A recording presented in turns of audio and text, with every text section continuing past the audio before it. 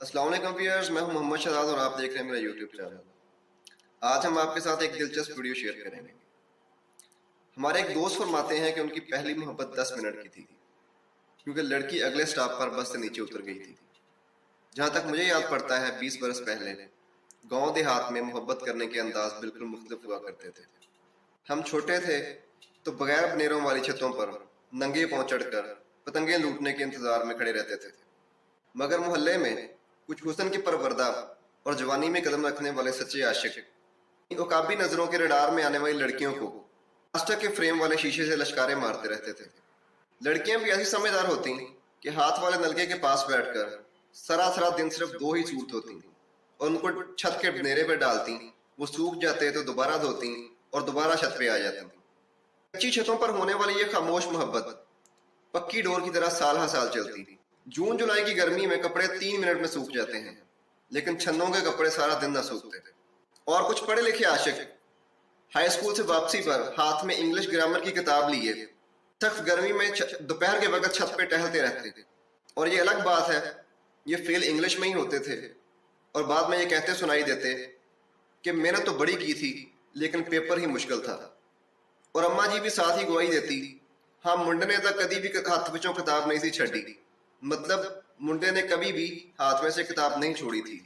लेकिन असल कहानी या फिर बूटे को पता होती या छन्नों को। बहार का मौसम पतंगे उड़ाने का मौसम होता है, लेकिन मखसूस आशिकों की पतंगें सिर्फ मखसूस छतों पर मंडलाती रहती, जहाँ पे कोई महजबी सर में सरसों का तेल लगाए जुएं निकलवा कर चुटिया बना रही होती थी। किसी की फरमाइश पर काला जोड़ा पहनना कोई नई बात नहीं है। इस किस्म की फरमाइशें उन वक्तों में भी की जाती थी।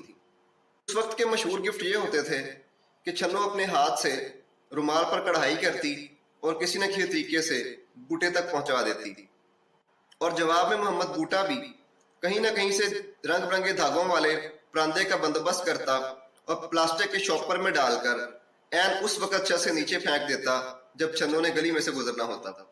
छन्नो सिलाई कढ़ाई की ज्यादा माहिर होती तो मोतियों वाला अजार बंद यानी कि नाला भी तोहफे के तौर पर मिलता था। अब रवायतें तब्दील होती जा रही हैं। अब छन्नो सिर्फ पेप्सी, बर्गर और इजी रोड पे गुजारा करती है और मोहम्मद बूटा यू फोन के पैकेजेस करा करा के थक मर जाता है।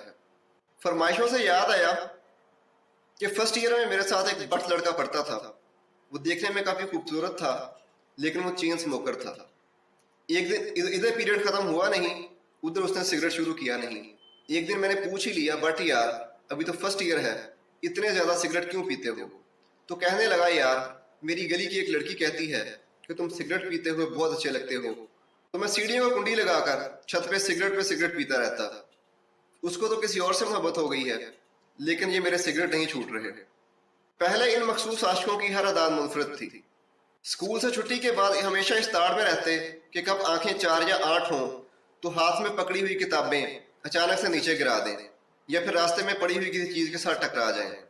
मकसद सिर्फ ये होता कि काश किसी प्लास्टिक की चप्पल वाली जेम्स बॉन्ड गर्ल की नजर इन पे पड़ जाए, और अगर नकाब के पीछे से किसी की दबी दबी हंसी निकल जाती तो ये कामयाब मोहब्बत की पहली निशानी समझी जाती थी। लड़कियों के मोहब्बत के अंदाज भी अजीबोगरीब हुआ करते थे। छन्नो जब भी पाबूटे को देखती तो अपनी गोद में उठाए हुए चाची के बेटे को चूमना शुरू कर देती या फिर उसे हवा में उछाल कर गले लगा लेती थी। गांव का जो लड़का थोड़ा पढ़ लिख जाता वो इन तमाम लड़कों के लव लेटर लिखता, जो बेचारे ना खुद लिख सकते थे और ना पढ़ सकते थे। लड़कियों ने भी अपनी मखसूस कातब रखी होती थी। इन मुआशरों का सबसे ज्यादा फायदा इन लव लेटर राइटरों को ही होता था। वो जब चाहते पूरी की पूरी गेम उलट कर रख देते थे। सबसे रिस्की काम लव लेटर का मतलूबा हदफ तक पहुंचाना होता था। ये वाकई एक मिशन इम्पॉसिबल होता था। गली में चलते चलते हाथ से खत नीचे गिराना और इस बात का भी ख्याल रखना कि किसी और के हाथ न लग जाए, या फिर मोहब्बतनामा किसी छोटे पत्थर पर बांध कर किसी की छत पे फेंकना जान जोखों का काम था। जिस दिन पत्थर की डायरेक्शन तब्दील होती वो दिन बूटे की मोहब्बत का आखिरी दिन होता। सबसे बड़ी बदकिस्मती ये होती जब कोई 4 साल का बच्चा खत छन्नों की बजाय उसकी अम्मा को दे आता और साथ में ये भी कहता कि पाप बूटे ने भेजा है। जो आखिरी वाकया मुझे याद है वो जामिया मस्जिद का है। मौलवी साहब ने कहा कि खवातीन भी तरावी के लिए आ सकती हैं, लेकिन एक रात तरावी से पहले किसी छन्नों ने लव लेटर ऊपर वाली छत से नीचे फेंक दिया। मतूबा मोहम्मद तो उसे ना पकड़ सका لیکن جس کے ہاتھ میں آیا اس نے وہ خط مولوی صاحب کو دے دیا۔ پھر مولوی صاحب نے نئی نسل کو ایک طویل لیکچر سنایا۔ لیکن میں نے گاؤں میں بوٹے یا چھنوں کی محبت شادی کی صورت میں تبدیل ہوتی شادی نظر ہی دیکھی تھی۔ ہاں مجھے اتنا ضرور پتا ہے کہ ہر سچا عاشق چھنوں کی شادی کے دن بھاگ بھاگ کر سارے کام کیوں کروا رہا ہوتا تھا اور کرسیاں عین لائن میں جوڑ رہا ہوتا تھا۔ لیکن یہ سب موبائل اور فیس بک سے پہلے کی باتیں ہیں۔ محبت کے سارے عہد و پیمان کسی پھوپھی یا خالہ کے بیٹے کی شادی پہ ہوتے تھے۔ لوگ بما اہل و عیال 3 دن پہلے پہنچ جاتے تھے۔ اٹھتی محبتیں آنکھوں ہی آنکھوں میں اپنا محبوب تلاش کرتی اور محبت کا اظہار عین اس وقت ہوتا جب واپسی کے لیے کپڑوں کے بیگ بن چکے ہوتے تھے، ٹیلی فون بھی نہ ہونے کے برابر ہوتے تھے اور دوبارہ ملنے کا واحد موقع دوسرے کزن کی شادی ہی ہوتی تھی۔